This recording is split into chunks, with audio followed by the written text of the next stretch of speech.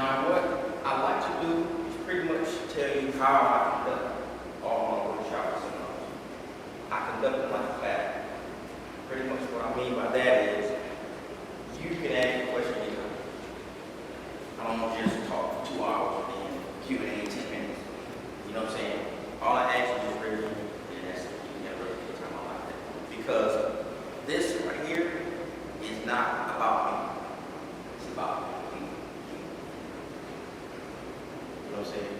And I tell everybody this, questions are the genesis of everything. The majority of us do not ask enough questions. And what we have to do is we have to train our mind to be like 3 or 4 years. Like when my son was like 3 or 4, he would ask me 1,000 questions. Daddy, why you stop at the light? Because it's red. And I turn right. Daddy, why you turn right? I want to go this way. Stop at the next light. It's red. Why am I turning right? He just question after question after question.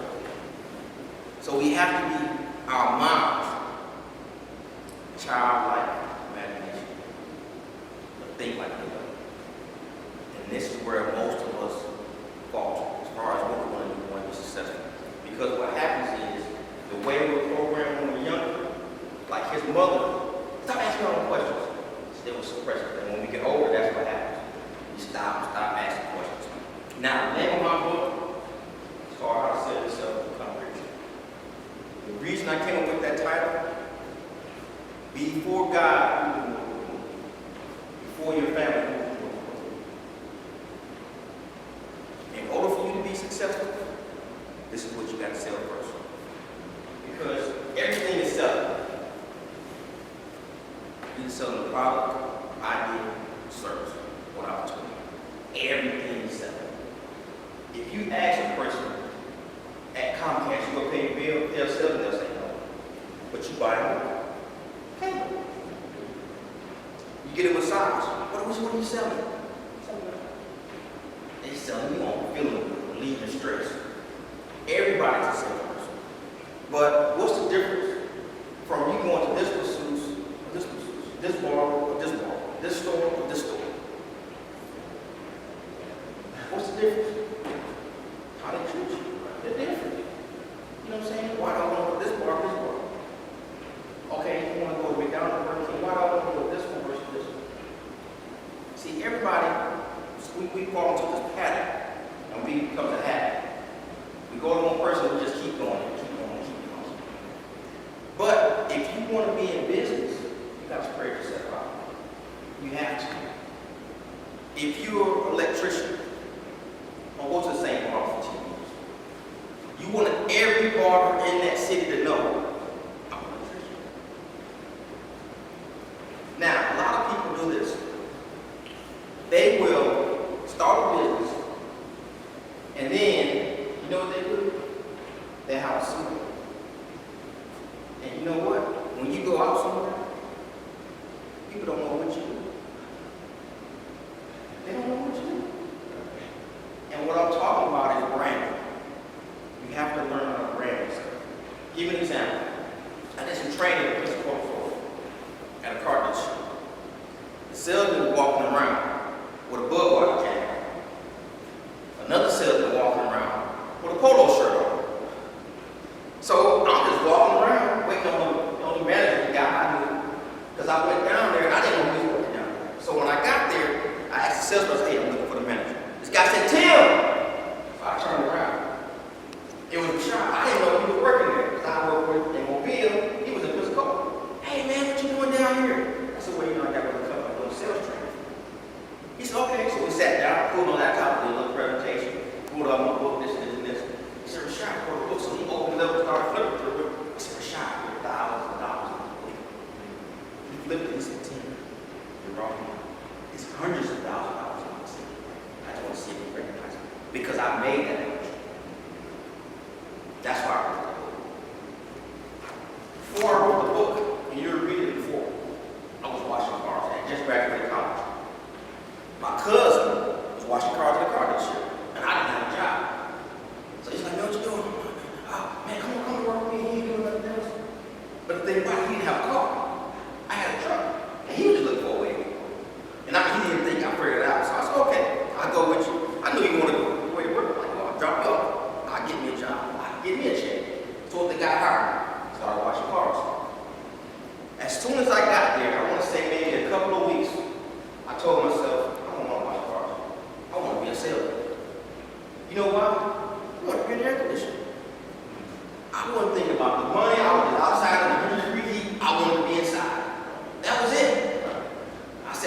inside, I'll figure out the number. And so what happened was I did this. I said, let me figure out a way, how can I get the salesman to let me know when the sales position comes over? So what I did is, I went to a salesman, hey man, it's Friday, you want to get your car washed? How much is that, 10 bucks? Gave me his keys, took it to the back, washed it, vacuumed it, waxed the hood, waxed the roof, and I waxed the trunk. I didn't tell myself I'm going to wash it back. When he came back, see, in the detail, they got the fluorescent lights.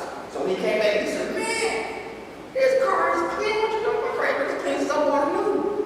I said, that's what I do. I didn't tell him I waxed. I said, that's how I told you, man, I'm good. So my goal was to get in a relationship with all the salespeople so I can get closer to being a salesman. So, okay. Next week, went to another guy. It got to the point, every weekend, I had 4 or 5 guys out washing their cars. Every time they meet, hey man, you know position, let me know. None of them let me know. One day, I walked next door. They cleaned his van up. The general manager was on the showroom. He was telling a joke. I was standing by the door, all settled in the middle of the showroom. He told a punchline. I started laughing. Everybody was walking to their office. He looked at me, I was standing by the door, and said, hey, you got a nice mind. You want to sell cars? I said, yeah. I'm in the detail uniform. I'm looking at him like, I'm in the detail uniform. I said, yeah. And when he did just like this. And walked to his office. First thing I'm thinking, why is this guy messing with me? Don't know. I want to be the same person. The next day, my used car detail guy said, hey, one of the cars up front is flat. Look at the air compressor from next door. So I had to go back next door. The next day, to get the air compressor. I had to walk by Mr. Hart's office. So I walked by his office. Hey, come here. So I went back in there. Sit down. He said, hey, you ready to sell cars? I said, yeah, I told you that yesterday. You got a resume? I said, yeah. Ran to my truck, boom, gave me the resume. Right here. He looked at it. You went to college? I said, yeah. What you doing back there washing cars? I said, I'm paying the bills. He said, come here. Took me up to the front, introduced me to another manager. Then brought me back. He said, come to work Monday with a shirt and tie. I said, are you serious? Because I'm about to go quit washing these cars. I'm tired of being in this heat. He said, go. Get you some clothes and come back. I said, okay. So I went next door and started taking off my detail shirt. Threw it on the door. Then he checked back and said, where you going? So I'm going home. What's going on? I left. Got home, told my grandma, hey, I got some shirts, some slacks, some ties. I'm going to see what you I got to Jeff selling. She said, you know how to sell cars? I said, no. She said, what? I said, they don't train. They said, I'm going to put you in training for 2 weeks. I said, okay. When they got my clothes that Monday, I did this on purpose. I parked my truck behind a dealership called Nissan while I was detailing that. And I walked through the Nissan showroom. But I got hired next door at Monster. When I walked through, the salesman said, Tim, I'm looking like this. Man, you going to a friend room? No. The next guy I walked by, this guy was like, hey man, you can't wash no cars in no suit. It's not even wash no cars. I walked by another guy. He threw me some keys. He just saw like the back of me, see me walking. Hey, and he realized. He said, what? I said, man, here. He said, watch. I said, you go wash the car yourself. I went next door. I saw Mr. Hart. Mr. Hart said, hey, Earl. I said, yeah, I'm all right. Come with me. Took me upstairs. He said, I got a volume videotape. Watch. There's some on product knowledge. There's some on the road to sales. I said, okay. He said, when you finish, you got 2 weeks, I'm going to give you a test. Pass that test, you get to sale. You don't pass it, you got to go back downstairs. No problem. I stayed there 1 week. I got bored. Because I was just watching tapes all day. 9 to 5 every day. I said, this is it. I'm ready to sell. Because I'm looking down the little balcony. I can see the guys out there selling. That was Friday. Saturday, on my way to work, I went by the store, got a bunch of blank videotapes, got my VCR, got to work, went upstairs, hooked my VCR up to theirs, and recorded all the tapes. Went home and memorized. Saturday night, it's all day Sunday. Didn't go outside. Monday, I came to work. I said, Mr. Hart, I'm ready for my test. He said, son, you got another week. That's all I needed. He said, okay, Smarty. Here. So he gave me the test. I went upstairs.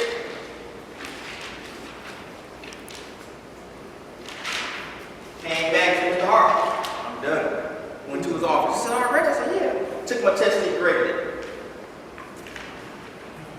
Looking at me. He said, let me ask you a question. I said, what? He said, you got 100. I said, 100. He said, how will you get 100 in a week? You got another week of training, so I don't need another week. He said, what did you do? How did you do it? I said, awesome, like, let me take off. He started to up there, recorded it, went home and realized. He said, Tim, I've been a general manager here 5 years. I've never had a salesperson to do that. I said, I'm not your average salesperson. This is how hungry I was. I wanted to sell. He said, Tim, I've had guys that come up here. In 3 weeks, I give them a test, they failed. In 1 week, I'm looking for them. They're not up here training. I found them dead in the mall. They're somewhere shooting pool. They're supposed to be up here because they're upstairs by themselves. They're supposed to buy the oil. He said, he said, go upstairs and sell. It's okay. That's how I got in selling. After I got in, I said, I'm not going back to washing cars. So I started buying books on selling, body knowledge. You name it, I started buying books. I used to go to the bookstore on Sunday when we were closed and stay there for the time they open. When I would leave, they would be cutting off the lights. I couldn't afford to buy books. I was just starting to sell. And then what I would do, I would go to each salesperson and say, hey man, what does it take to be successful? How do I sell cars? How do I do this? I said, man, leave me alone. Man, every day, that was all the conversation. Because you go to work and you be, hey man, you see the game last night? I could care less. Man, I know sell cars.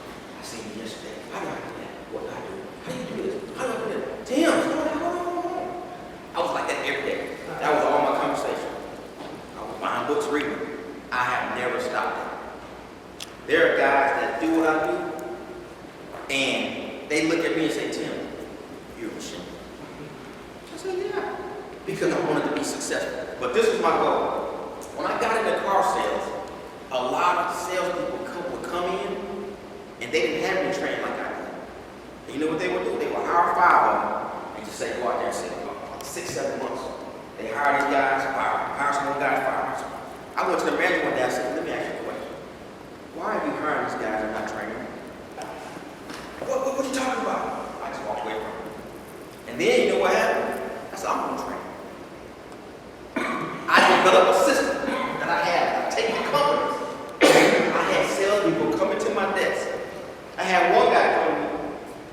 I was at work. Sitting at my desk working. Now when I work, I don't work like the average salesperson. You have a landline, phone, computer, and a cell phone. When I'm at work, all day it's like this. Oh yeah, I said it fast. Yeah, so I'm like, this is all day. I don't know how chit chat, small talk, this.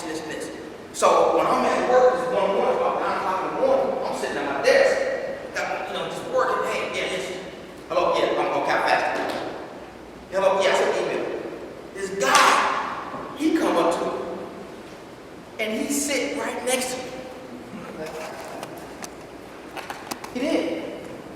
I'm sitting there at my desk working, and he doing just like this. For about 5 minutes, just not saying nothing. Just looking at me. He said, man, what are you doing? I said, what do you mean? I'm working. He said, no. He said, you've been here 3 weeks. I've been here 3 months. You sold more cars in 3 weeks than I sold in 3 months.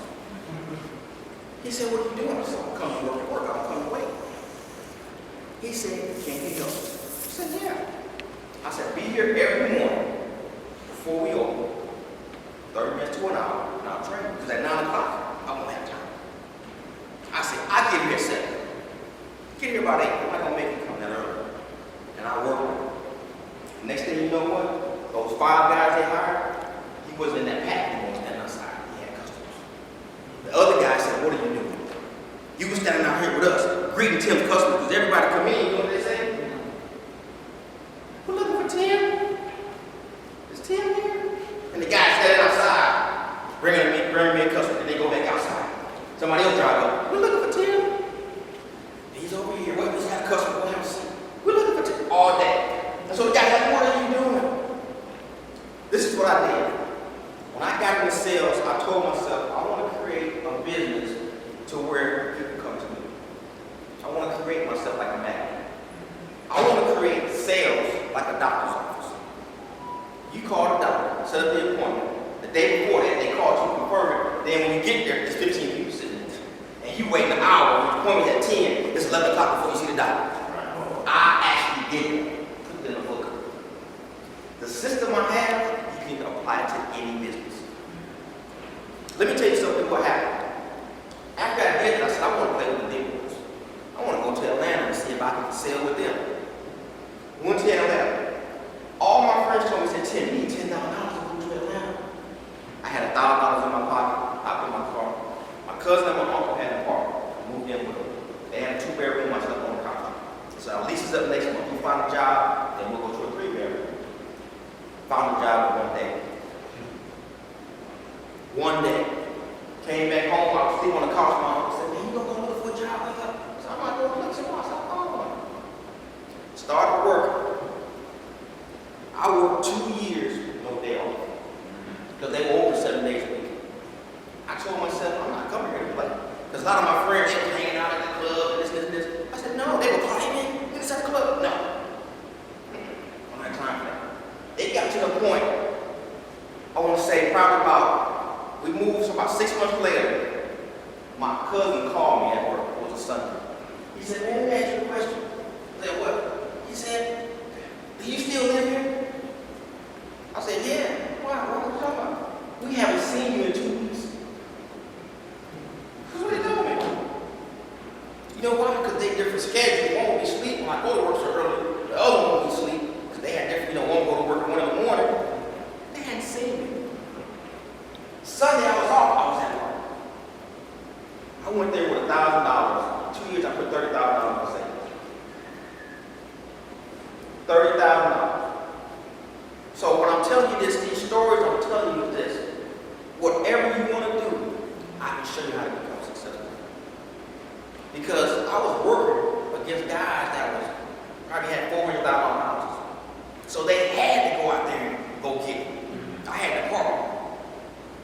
I got out there and ran circles. Circles. 1 month, February, I sold 23 cars. I would leave every day around 3 o'clock. I was selling 3 cars every day. I had developed a system. And what I'm saying is, whatever you want to do, that's how you got to work. Because success is like this, it's like going up a hill. It's hard at first. But when you hit that and you go down, you're trained with no brakes. You get ran over, get out of the way. That's how I was. And that's how I still am. See, what I'm doing tonight, nobody's doing this over here. This is the first one. But let me tell you something, when I'm finished, this is not going to be big enough. Because of the way I work. I got up at 3 o'clock in the morning. It's just the way I work. And this is what I want you to have the mindset of. I don't live in time. And what I mean by that, 3 o'clock in the morning is like 3 o'clock in the afternoon. It doesn't matter. I'm up working. Now, in order for you to be successful, when I talk about selling yourself, what you got to get into is your mind. You ever heard they say if you can think it, you can believe it, you can achieve it? Now see, what most speakers, trainers, and motivators, they tell you that, but they don't tell you exactly how to do it. This is what we got to understand. Our mind is just like planting seeds. See, when you plant seeds, you can grow flowers and grow weeds. You plant something in the garden, tomatoes, watermelon, whatever it is, it's going to come up. Now here's the difference with that garden, which is the land in your mind. Your mind, you can plant anything in it. See, you can't plant a car in the ground and a car will come up. That's not going to happen. But anything you plant in your mind will come to fruition. You know why? Your subconscious mind does not know the difference between a lie and the truth. Your subconscious mind does not know the difference between a penny and $1 million. We are our own limiters. See, I went from washing cars, making $300 a week, to selling cars. I made $3,000 in 1 month. But I kept setting goals, and you know what I did? I made $3,000 in 1 month. I said, okay, I set another goal. I made $3,000 in 1 week. Then you know what happened? I set another goal. I made $3,000 in 4 hours. So you kept raising that. I kept raising the goal. But here's the problem. Most people don't know how goals work. Goals, there are 3 steps. Fantasy, theory, and fact. And this is why most people don't hit goals. Because it's not that you set a goal so high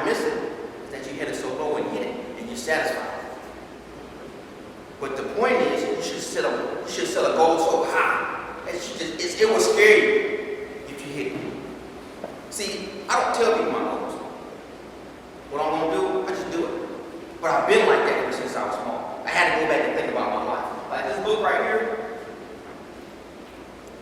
When I wrote this, I walked in my mother's living room. I was at my mother's house. I told my mother, I said, hey, I'm gonna write a book. She's sitting in the little lazy boy watching Lifetime. Like, oh, okay, you gonna write a book. You know, that's my nephew to stay with. So she said, you want to write a book? She said, oh, okay, all right. Like looking at me like, whatever, why you telling me? I did like this. You know what she did? She picked it up. She said, excuse me, you're not gonna write a book. Look like to me, you done wrote a book. That's what she said. I said, yeah. But I'm not finished. I said, that was just a rough draft. This is what happened. I had that idea in 2005. In 2005, 2007, I launched a hard copy. I didn't find it in 2012. I set a goal. December 1st, I'm going to finish this book December 31st. I finished in January 3rd. What you do in life, you got to set goals. You got to set deadlines. And that's the problem. I can teach everybody in here how to stop procrastinating tonight. But you know the problem? Most people not. Because it's not part of your paradigm. See, your paradigm is just a multitude of habits. And the way we grow up, we're programmed. In order to be successful, you gotta be reprogrammed. Because the way everything is going now, it's not like our grandparents were telling us, go to school, get a good job, go to college, get a good education, get a house, get a car. That world does no longer exist. The way they're telling everybody to be successful is antiquated. That's why so many people struggle. Because the value of the dollar is doing this. And you go to Walmart, everything's doing this. But your income is doing this. And the prices are going up. People are living check to check. You know why? Because you're working on a job. A job is just overgrowth. This is entrepreneur class. Let me show you something. In order for you to be successful, what you're going to have to realize is this. You have to choose you. That's the only way it's going to happen. If you don't, it's not going to happen. You have to realize this. In order for me to be successful, it's up to me. Period. But you know what we do? We put our check in somebody else. We do the job, do the work, and then we sit there and wait. Going to work for money is the worst way to accumulate money. A lot of people don't know that. And what they say is, I'm going to make some money. No, you're not. You don't make money. And see, what I'm going to do is I'm going to get you thinking to think about how it actually is. The U.S. Bureau of Mint and engraving, printing and engraving, they make money. See, we get money from a source, and then it comes to your job and it comes to you. When you think about your mind, this is all you have to do to be successful. Think about what you want and stop thinking about nothing else. Don't think about nothing else. Thoughts penetrate all time and space. When you think about something, it goes out to the universe and it sends back what you think. If you think about, I can't stand him, I can't stand him, you know what's going to happen? It's going to boomerang, it's going to get you. A lot of people don't know this, what I'm telling you about. This is the reason why they're just going here and there. They don't know what's going on. You got to think yourself into results. And see, that's what I did. When I was washing cars, you know what I was thinking about? Selling them. See, you got to think about where you want to be and think you're there right now. Wherever you want to be, I was washing cars, but my mind was selling them. And I just went where my mind was. That's all I did. So you know what we're talking? We're human beings. But we're not. We're spiritual beings having a physical experience. That's what we are. And see, these people that are talking and training, they're not getting down to the core of how to get you to where you want to go. Because most people, you know what we do? We do what we need. We buy what we need. See, we'll go to the mall and we'll say, hey, oh, this jacket, $750. Woo! Can't afford that. That negative thing. And you know what the universe says? You can't afford it. You know what I do? I walk in the mall and see this jacket, $7,500. You know what I think? How can I own this store? You know what most people think? A jacket $7,500. Ooh, let me get away from it. Let me get out of here. That's what they do. See, you tell yourself you can't afford it, so you know what? The universe says you can apply. It doesn't know. No, don't, can't. If you keep telling yourself, I can afford this, I can afford this, I can afford this, the universe is going to put circumstances, people, and events in front of you. See, what I'm doing now, probably 20 years ago, I said, didn't know how. Now I have companies calling me. Spoke at Bishop State College twice. Mobile gas for me. Mobile water. I went to my old high school and said, hey, I have a youth mentorship program. It's called Boys to Ministry. I want to come in and speak to the kids. Spoke to the principal. Spoke to the assistant principal. When I was about to leave, I said, oh yeah, by the way, I want a book. They lit up with what? Let me see your book, Tim. So I gave it to him. You know what he did? He flipped through it. He said, Tim, how much is your book? I told him, you know what he said? Send me an invoice for 50 books. I didn't go there to sell any books. I went there to volunteer. When the bishop said to volunteer. But see, when you do something from the heart, and you don't go after the money's going to come. But what most people do is they just want to see, how do I get to the money? That's all they want to see. But it doesn't work like that. This is a giving universe. Everything we get, we don't pay for. We don't pay for that sun out there. We don't pay for the rain. But the problem is the majority of the people do not appreciate something that you don't pay for. That's priceless. The thing that costs, ooh, my car, you better not scratch my car. But when you get into values, integrity, principles, ethics, morals, beliefs, you cannot put a price on those. And that's what this is about here. When you get to that, money will just flow to you. You can actually get to the point where you can make more money while you're sleeping than you spend while you're awake. And let me tell you why. While I was in Atlanta, I met a guy, African-American guy. He's 22 years old when he retired. When I met him, he was 37. So he was in a company. I was trying to get him to come. He said he was going to mentor me and train me. He was too busy. He had somebody else, a guy who knew how to help him. This guy's house, his living room was this size. He had a meeting at his house. He had this other guy that was his mentor talking to us about, being successful. So it's all these people that are sitting and listening to the guy. This guy said, hey, let me tell y'all something. Do you know it's easy to be a millionaire? And I was like, okay, what's the secret? Because I'm working this job. You know what I'm saying? He said, you know what? Let me ask you a question. How many people do you know their whole conversation is, man, I'm going to be a millionaire. Hey, I'm going to be a millionaire. Hey, I'm going to be a millionaire. Hey, man, what you doing? You going to the game? Hey, man, I tell you I'm going to be a millionaire. Hey, man, what you doing? What you doing? Hey, I'm going to be a millionaire. That's all they talk about. Hey, man, what you going to do tomorrow night? I'm going to be a millionaire. You're not going to find a way. So you know what? Go ahead and just. All you got to do is do that, but you do it here. And that's what I show you. All you got to do is just think about it. Create yourself like a stamp and stick with it until you get there. But you know what the problem is? Most people have this disease. You know what it's called? Excuse-itis. Man, I work a job. I ain't got time to go over here and study and try to work on my other business. And then, we got the kids. And then, this. I advertise this seminar. And look where everybody at. Now, let me tell you something. I want you to tell me if this is true or not. Would this room be full if I said it's a job fair? If I said we having a job fair, we doing some hiring, you wouldn't be able to, you would be in line. You probably wouldn't find a parking space. People still be out line trying to get in here. Man, they hiring. That's what the majority goes to. And I'm telling you that to say this. The millionaires over here.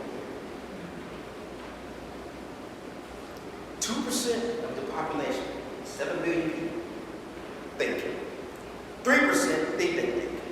95% are going to die on thinking. In order to be successful, that's what you got to do. gotta think your way to success. That's something difficult to do. You know why? Because when we were taught in school, you know what we're taught? How to read it, remember it, and then repeat it. If you can read this book, or read this vocabulary words, go over here, write down the definitions of it. You got all them right, you get that. Well, what did you learn? How to develop your memory. That's all you need to learn how to develop your memory. School does not teach you how to think. 2 years after I started selling cars, they asked me to train something. But you know what I found out about me? After 10 years, I had common sense, and I used my mind. I was creative. I didn't do what everybody else was doing. The dealership would be closed on Sunday. You know what I would do? I would go to work on Sunday. Take my briefcase. The dealership is closed. And sit there from 2 to 5 on the porch.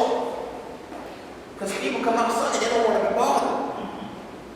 And you know what I would do? They would drive up. I would go get my business card. Hey, my name's Tim. If you got any questions, let me know. All right. And I would walk back over here.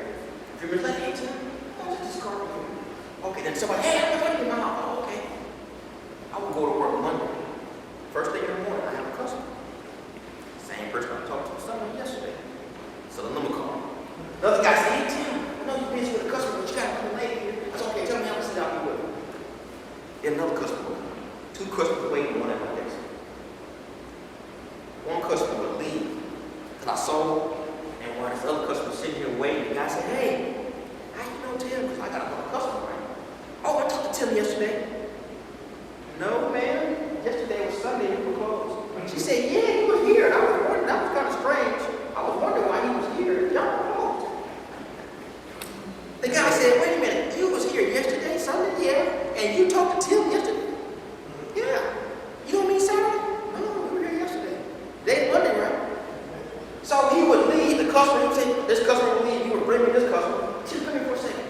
So I said, wait, have a seat. I run, hey, what's up, what's up? That lady said you was here yesterday. I said, yeah, I was here yesterday. We were closed yesterday. I said, no, you were closed yesterday. I was open.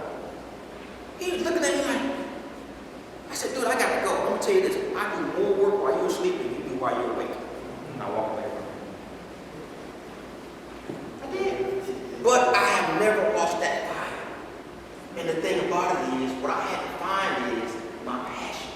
I thought it was that, but you know what it is? Help. Give it what I'm doing right now. I was helping people get cars. I wasn't selling them. Because selling is something you do for somebody, not to them. This is what the majority of the sales mentality is. So on Sunday, they're at the bar watching the game. My goal was to be here. At the bar, it's not going to give me the knowledge and the wisdom to be here, to be helping people. Because if I'm talking to you, I don't want to waste your time. Because you know what? This seminar was free. But you know what? You paid more than if I would have charged you to come in. Because you paid with your time. You cannot get today back. 30 seconds ago it's gone. You can't get it back. So your time is more precious. That's one of your most precious assets. That $150 whatever you get that back. I spent $50, I'll go back to work Friday and get paid. You get that back. But my grandfather always told me this. It's not how much you make, it's how much you keep. And I was like, okay. And then a few years later, I found out this. It's not only how much you keep, it's what you do with that which you keep. See, when we get paid, there's something called income minus expenses equals savings. You take your income, you get your check, you pay your bills, and the rest of it will save. Here's the problem. There's no savings. After you pay your bills, that's it. There's nothing left over. There's more money than money. Why is that? We're spending money on things that are liabilities. We got to get into spending money on income-driving assets. That's the problem. The majority of the population out there, some of them, they're at the mall right now. Spending. We got to get into being sellers, not consumers. That's why. Because whatever business you get in, if you learn how to sell you and sell it in this day and age, which this day and age is the time where it's so easy to be a millionaire. Everybody will tell you this. You got to go look and find it. All these this is the easiest time to be a millionaire. You know why? Because you can reach so many people just like that. See, it used to be I used to send letters to customers. They get there in 3 days. Email come out. I can send you an email right now, you get it in 3 seconds. You can post something on YouTube, on Facebook, on Google. Everybody can see it. You just have to learn how to do it. You see what I'm saying? That's what most people don't know how to do. Right now, you have Sears at the mall shut down. Sears was worth $34 billion. They borrowed from a hedge fund guy $400 million just to stay going in business. They was losing $1 billion a year. You know why? Everything went on. Things changed.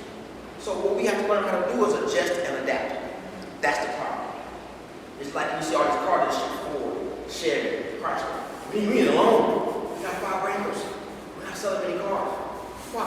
Toyota, Nissan, Honda. They just burn along because they're adapting. You have to adapt. In this economy right now, you have to learn how to create your own. But if you don't, like me and him were talking, he said they're gonna get rid of money. We have to learn how to do that. That's the reason I wrote the book. This is not to sell out books, because there's not a lot of money in books. It's not. Yeah, that's one of the reminder when you said adapt. The room where they want to improvise, adapt, and That's it. That's it. That's it. If it's a wall, you need to go through it, around it, over and under. Okay? But you just want to find what's the quickest way. If it's not a door, we got to build it. You go through it. It's the same thing with opportunity. See, the reason why most people don't recognize opportunity, because it comes dressed in overalls. You got to work. And an opportunity or not, you got to build a door. A lot of people don't know how to build a door. With this right here, that's one way of building a door. See, I went to that high school, I'm talking about the kids, to the principal, but I pull this out, all of a sudden now, I come in. Come on in here. I got the book. Because that takes determination to sit down and focus. And that's what you've got to learn. All of these skill sets. See, we all have higher mental faculties. You know, you got intuition, imagination, perception, reason, will, memory. But a lot of people don't even know what they are, how we use them. See, a lot of these things I'm telling you, I went out and did. It's like body language. I used to read.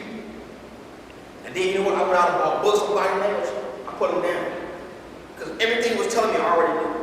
Because I would watch people like a hawk. When the customer would say, no, I'm not buying, I would just look at them.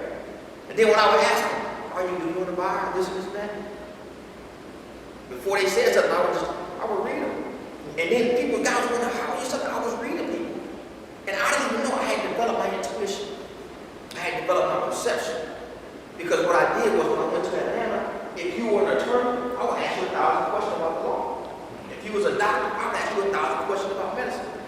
Because when you become interested, you become interested. See, they came to look for a car. I came in to make it free. You see what I'm saying? And I did that. And then you know what else I did? I made sure they knew I had integrity. You could trust me. So what we did, we sat down and just talked. It may have been an hour. And then you say, Tim, you got integrity, this. I would just be talking to them about different things. And then you know what they would say? Let's talk about this car. Oh, I forgot all about the car.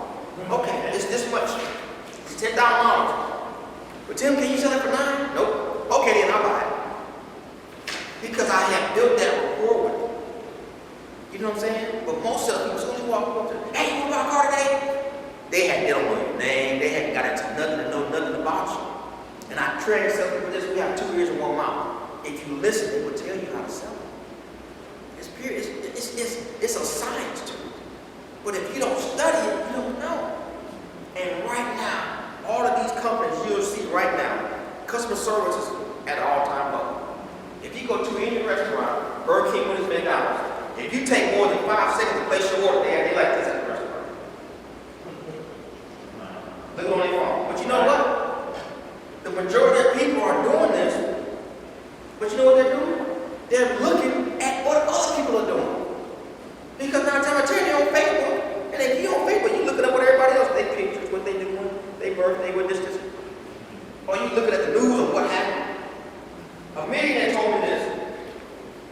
millionaires that mentored me when I was in Atlanta for about a year.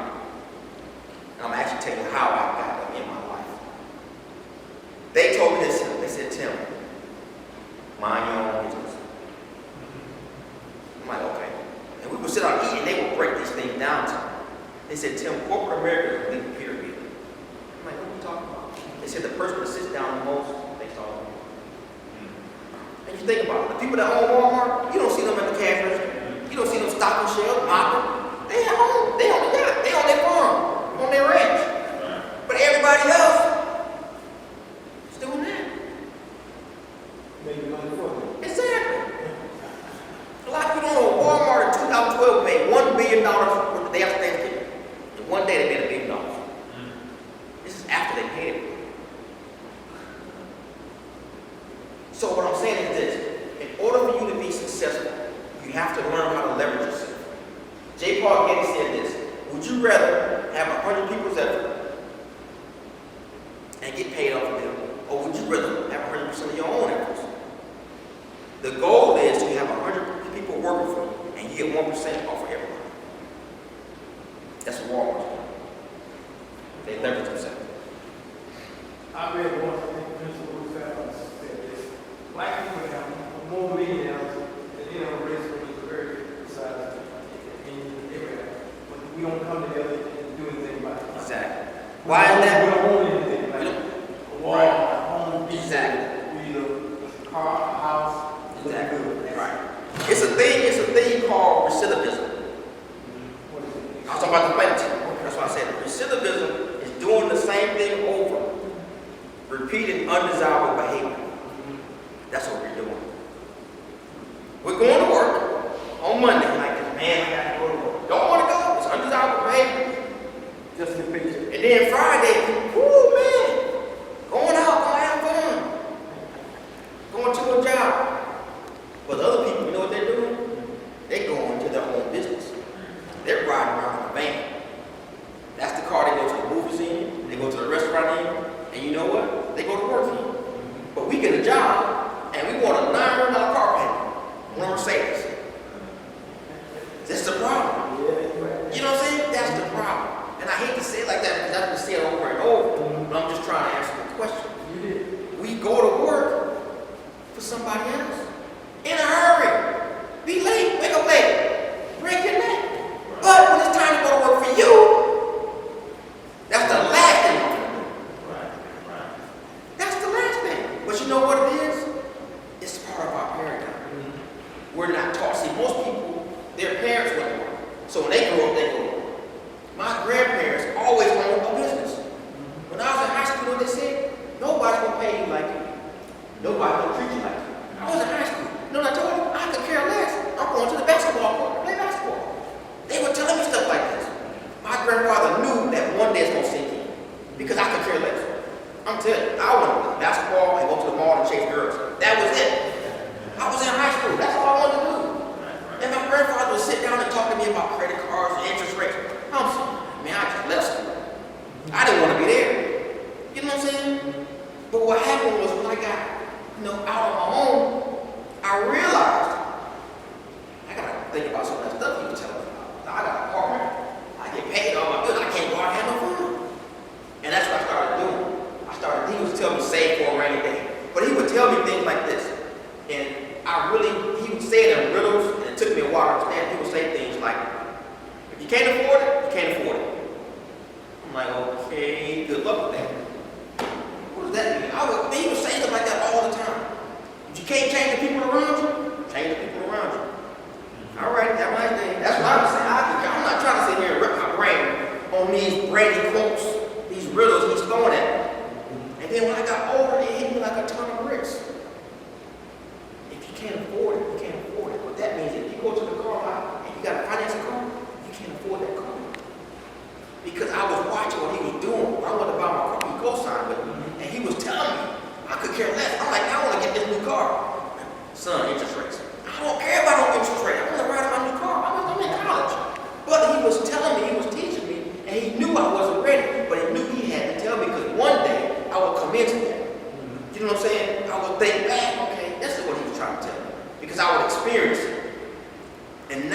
what I understand. If you have to go to the car and buy it, you can't afford it. But that's what millionaires do. They don't. They go out, if they buy something that's cash, you know what I'm saying? Especially a car, they don't buy a brand new.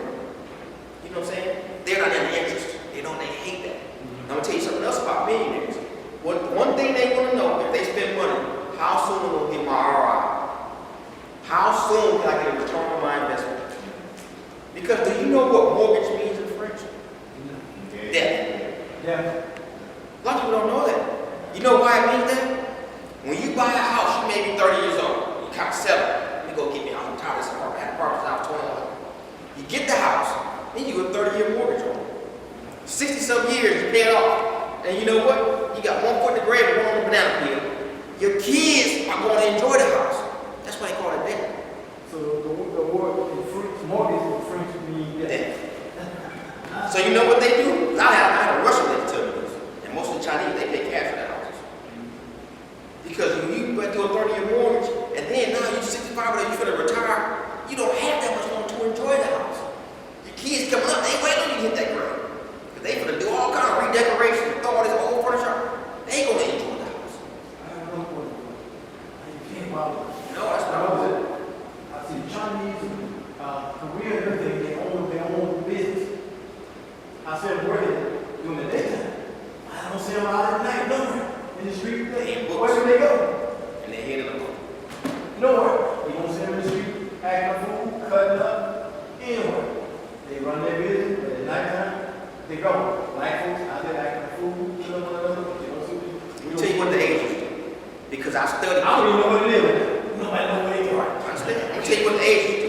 Because when I went to Atlanta, it's a lot of cultures there. And you have Jamaicans, Africans, Asians, Mexicans. And what I'm doing, I'm a studier of people. I'm curious. I'm always like that. So when I talk to an Asian person and they're paying me cash for a car, I ask them, how, why? Because for years I've seen it. Why do y'all do this? How are you able to pay cash? This car's $30,000. And you got an envelope, $30,000. And the guy told me, he said, this is what I do. We all, there's maybe 8 of us that live in one house. It's 8 people. When it's time for you a car, we got a jar. Everybody gets paid, they put money in that jar. A year passed by, they save up, you buy your car. When you get your car, everybody starts chipping into this jar for another year. Now it's your turn to get a car. That's how they do it. He told me. He told me. I'm going to tell you something else. Another guy, the Asian guy told me this. He was buying a car for me. He said, Tim, I used to work at the Austin welding or something. He said, job no good. Tim, job no good. It's hard work and I make no much money. This is how we talk to him. I make no much money. He said, Tim, I had a gas station. I said, how did you get a gas station? You know, I had to say it like, tell me how. I may want one. He said, my parents got a $400,000. Got a gas station. He said, Tim, no money in gas station. He said, Tim, I own a liquor store. He pulled his phone. Tim, I pay cash for $400,000 house. He was working welding for the shipyard. He did not convince his parents to get a loan, got a gas station. Wasn't making no money in there. Sold the gas station, got a liquor store in Mississippi.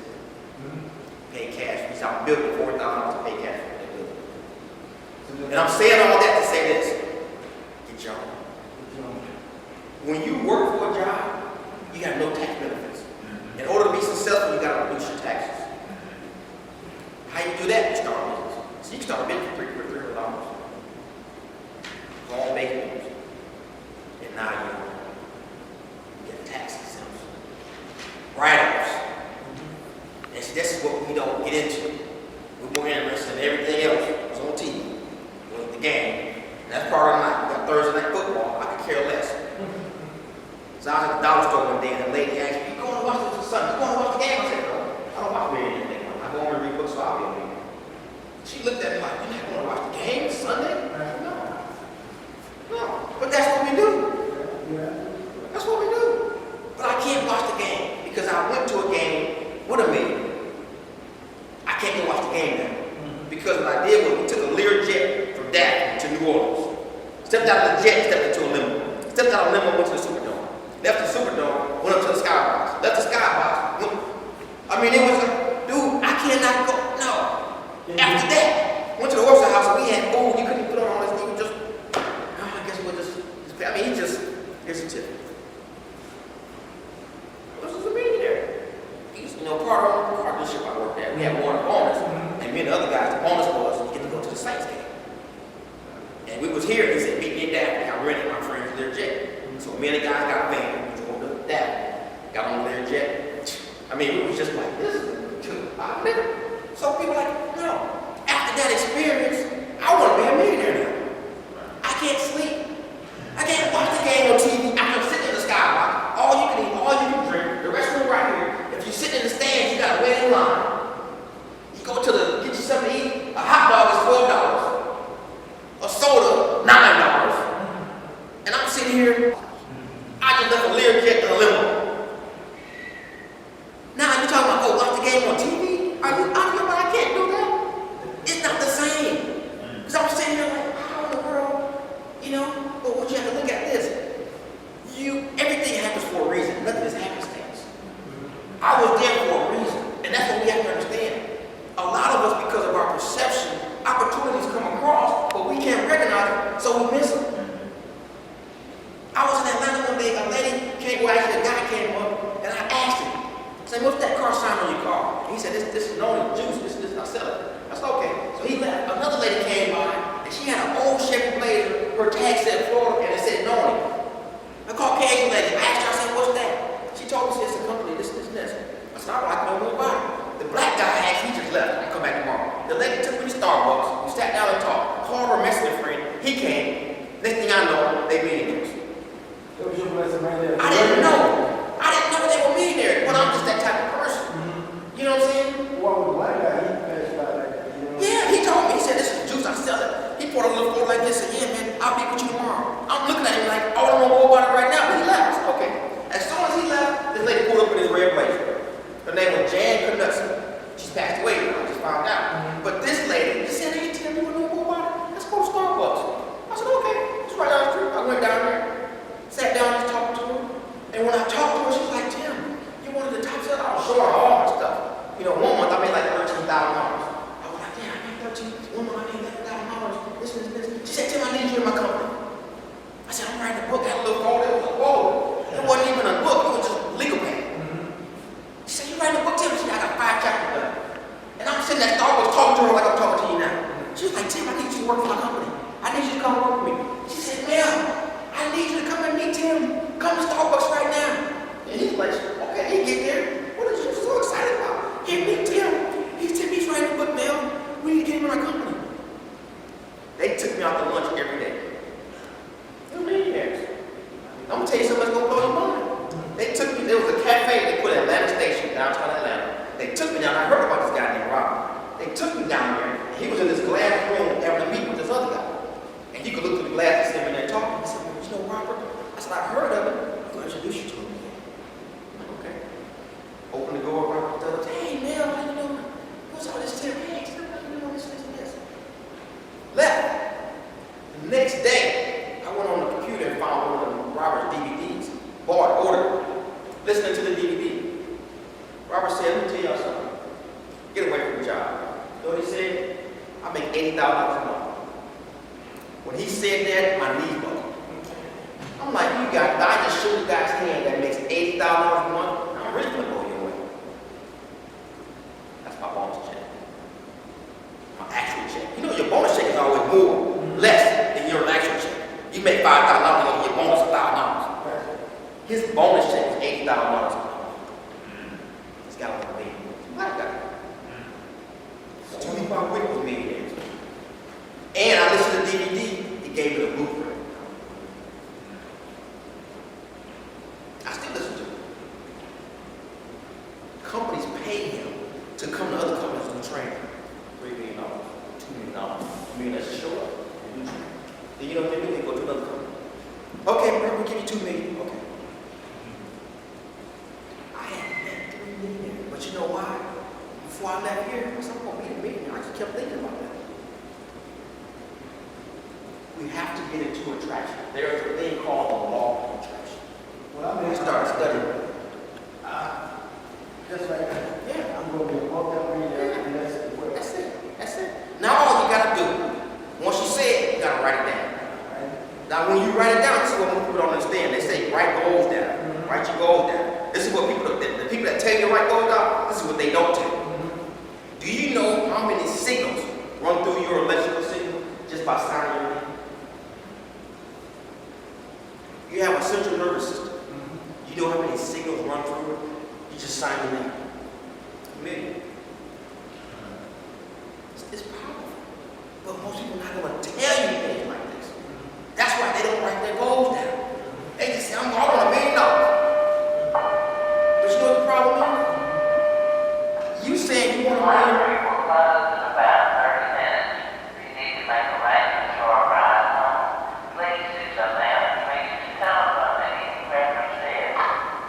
You say you want $1 million, but you know what the problem with that is? That's the world's perception of wealth. You know what you gotta do? You gotta get a piece of paper, and you gotta add up everything you want. I want a house, I want a boat, I want a business, I want this, and find out exactly how much it is. You say, I want $973,634. And see, most people want a Mercedes, a BMW, but they don't know how much it costs to register. How much your maintenance going to be for a year. You don't know all that. You have to get in what's called definiteness of purpose. When you want something, you got to say exactly what you want. You got to be definite. Because see, most people just broad. I want $1 million. It's too broad. You got to say, I want a red Mercedes with white leather interior, with this size. Exactly. I'm going to tell you something. When I started studying this, it happened. I told a guy I worked, I said, Warren, I'm going to buy a 350Z or an Infiniti G35. It's going to be white. It's going to have leather. It's going to have sunroof. A payment for less than $300 a month. He said, Tim, you sell cars. You know you can't buy that luxury car for under $300 a month. I said, I'm going to get it. I'm going to show it to you. A month later, I drove behind the building where nobody could see me, and I parked it, and I walked inside. I drove all the way to the back. He saw me. He was sitting at his desk playing poker. You know what he said? He said, Tim, is that your Infiniti? I said, yep. He said, I saw it white. I said, you got leather? I said, sunroof, yep. How much you paying? I said, $288. All you got to do is think about what you want and it will come. I was at work one day. When I bought this phone, they gave me a gray case. I said, I want the black that didn't have it. I want the best part that didn't have it. So I said, okay, I'm just going to bring it to myself. That's what I did think about. I want a black case. This case used to be gray. I was at work one day. The guy drove up in a Mercedes. Got out the car. I said, hey, how you doing? He said, hey, man, I want to look at this Dodge Challenger. I said, okay. He said, you got a phone just like mine. I said, yeah, man, but I can't stand this gray case. I want a black one. He said, come here. Got his key out. Boom. Hit the key to his trunk of his Mercedes. Pulled out a gray case. You can attract anything you want. The subconscious mind is not really different between one and anything else. The problem is we're waking up, going where we don't want to go. So what you're saying is what the mind can see, the body can achieve. Mind can achieve. See, this is what happens. When you think about something, your thoughts penetrate all time and space. So your thoughts go out into the universe. They bring back what you think about. All you got to do is be definite of what you want and you just keep thinking about it. What most people do is they have a dream of when you were 10 years old, what you going to be when you grow up? Oh, I'm going to be this. And then you get older and it seems like reality hit you. You stop thinking about that. See, Kevin Hart said it took me 15 years to get where I'm at. Kevin Hart said, you have no idea how many years I worked. No. Steve Harvey said I had boo. You just kept going. That's all you got to do. You just got to keep going. Make yourself like a stamp and stick with it until you get there. I wanted to be a salesperson. I was washing cars. I went from selling cars to now I'm training. I was a car washer. My detail manager told me when I was washing cars, the next day he found out I was selling cars, he said, you're not going to last 30 days. I said, I'll show you.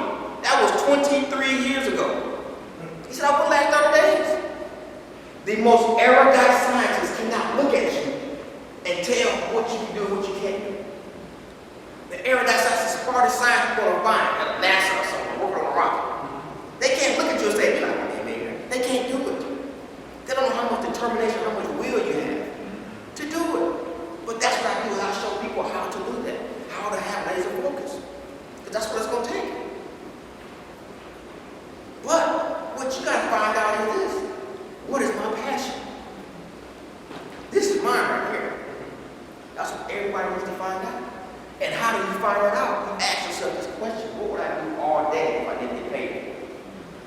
See, the cave you fear to enter holds the treasure you seek, but it's a dark cave. People scared to walk in that cave because it's the unknown. I don't know what's in that cave. Is it a snake? Is it a bear? Is it a lion?